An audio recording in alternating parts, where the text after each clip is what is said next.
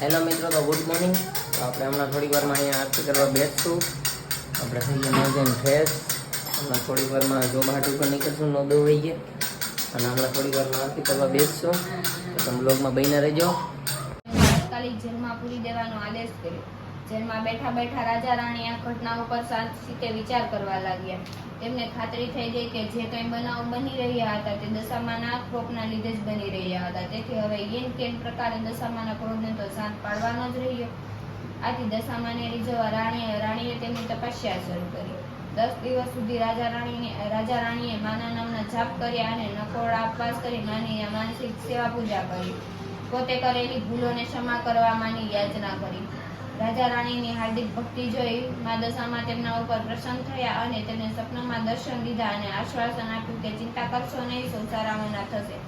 બીજા દિવસે શત્રુ રાજાના સપનામાં આવી મા દશામાએ કહ્યું, હે રાજન, તે નિર્દોષ પતિ પત્નીને વગર વિચારીએ જેલમાં પૂર્યા છે. તેથી કાલે સવારે તું એમને છોડી મૂકજે, નહીતર તારો સર્વનાશ થશે. અને હા, તારા કુંવરો રિસાઈને જતા રહ્યા છે તે હજુ જીવિત છે, તે સવારે ત્યાં આવી જશે. સવારે કુંવરો શંકુશળ પાછા આવી જતા શત્રુ રાજા રાણીને જેલમાંથી છોડી મૂક્યા. રાજા રાણી દશામાતાનો આભાર માનતા અને ગુણગાન ગાતા ત્યાંથી આગળ ચાલ્યા અને બહેનના ગામે આવી પહોંચ્યા. રાજાએ પેલો જમીનમાં દાટેલો ઘડો યાદ આવ્યો. તેણે જમીન ખોદી ઘડો બહાર કાઢ્યો અને અંદર જોયું તો તેમાં સુખડી અને સોનાનું સાંકળું હતું. બહેનને પણ ભાઈના આગમનની ખબર પડી તો ભાઈ ભાભીને લેવા સામે આવી. થોડા દિવસ પોતાને ત્યાં રાખી બહેને બંનેના આપતા સ્વાગત કર્યા. પછી રાજા રાણીએ બહેનની વિદાય લીધી અને આગળ ચાલ્યા. તેઓ પેલી વાવ પાસે આવી પહોંચ્યા જ્યાં તેમના બંને કુંવરો અદ્રશ્ય થઈ ગયા હતા. વાવમાં ગયા તો એક ડોશીમાં તે બંને કુંવરોને લઈને તેમની રાહ જોતા ઊભા હતા. રાજાએ પૂછ્યું, આ કુંવરો ક્યાંથી મળ્યા? જવાબમાં દશામાતાએ તેમનું અસલ સ્વરૂપ પ્રકટ કર્યું અને રાજા રાણીને આશીર્વાદ આપતા કહ્યું, રાજન, તારી રાણીની ભક્તિથી હું પ્રસન્ન થઈ છું. તેની ધર્મપરાયણતા અત્યંત પ્રશંસનીય છે. તું પણ હવે તો સુધરી ગયો છો. જા, તને તારું જટવાઈ ગયેલું રાજ્ય પાછું મળશે. દશામાની કૃપાથી રાજા ગદગદ થઈ ગયો અને તેમને પગે પડી કહ્યું, માં, તમે તો દયાળુ છો. તમારો મહિમા અપરંપાર છે. તમારી કસોટીમાંથી પાર ઉતરવું પામનાર માનવી માટે કઠિન છે. તેથી માં, સૌના ઉપર દયાની અમી દ્રષ્ટિ રાખજો. દશામાએ કહ્યું, હે રાજન, જે કોઈ દશામાનું વ્રત રાખશે તે મારી અમી દ્રષ્ટિને પાત્ર થશે.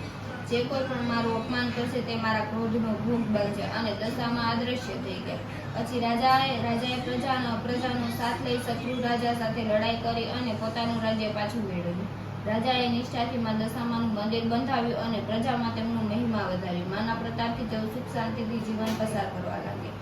જય દશામાં. દશામાં જેવા રાજા રાણીને ફળ્યા તેવા સર્વને ફળજો. વ્રત કરનાર, વાર્તા લખનાર, વાર્તા વાંચનાર સર્વને દશા સુધારજો. સુખ સંપત્તિ અને સતીથી આપજો. શ્રદ્ધા અને વિશ્વાસ અને ત્રિનિષ્ઠા પ્રદાન કરજો. જય દશામાં.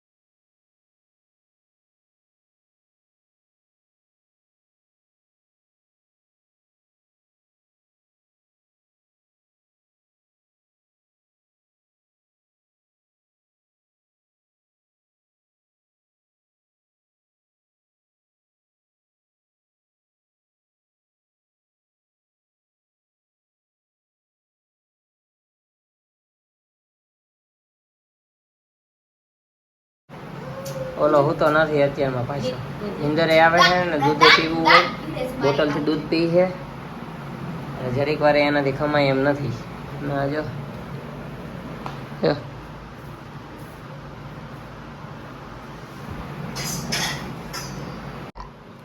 મેટોડા જવાનું છે અને આજે મેટોડા જવાનું છે મેટોડા ક્યાં જવાનું મેટોડા શું લેવું તમારા ફ્રેન્ડ ના તો માથું બાંધી દે અરે નાસ્તામાં વાળ આવી છે આ ભાઈ હોઈ ગયો અત્યારે માં ના તો હજી હું કરે રાખે કોડિયામાં પડ્યો હું કરી કરે રાખે હું કરી હજી કરે જ રાખે હરીશો હે રાધા કૃષ્ણ જોઈ લ્યો રાધા કૃષ્ણ ના માં ભીંડો નથી ખાવો ભાઈ તો તમે બનાવી ના ભીંડો નથી ખાવો મારે તમે બનાવીને ખાઈ લેજો ભીંડો જ બનાવી દઈએ ના પાડો તો ન ભાવે તો ખાવાનો યસ હા યાર અત્યારે લસણની ચટણી ટિફિનમાં તૈયારી થાય છે ભાડાના મકાનમાં રોડું આ રીતના બહાર રાખ્યું હોય ઓસરીમાં કાંઈક એડજસ્ટ કરવું જ પડે ભાડાના મકાનમાં જો તમે મારી ચેનલ હજી સુધી સબસ્ક્રાઈબ ન કરી તો સબસ્ક્રાઈબ કરજો ચેનલને લાઈક કરજો કમેન્ટ કરજો અને બેલ આઇકન પ્રેસ કરવાનું ભૂલતા નહીં જેથી કરીને હું પહેલો વિડીયો મૂકીશ તો પહેલી નોટિફિકેશન તમને આવે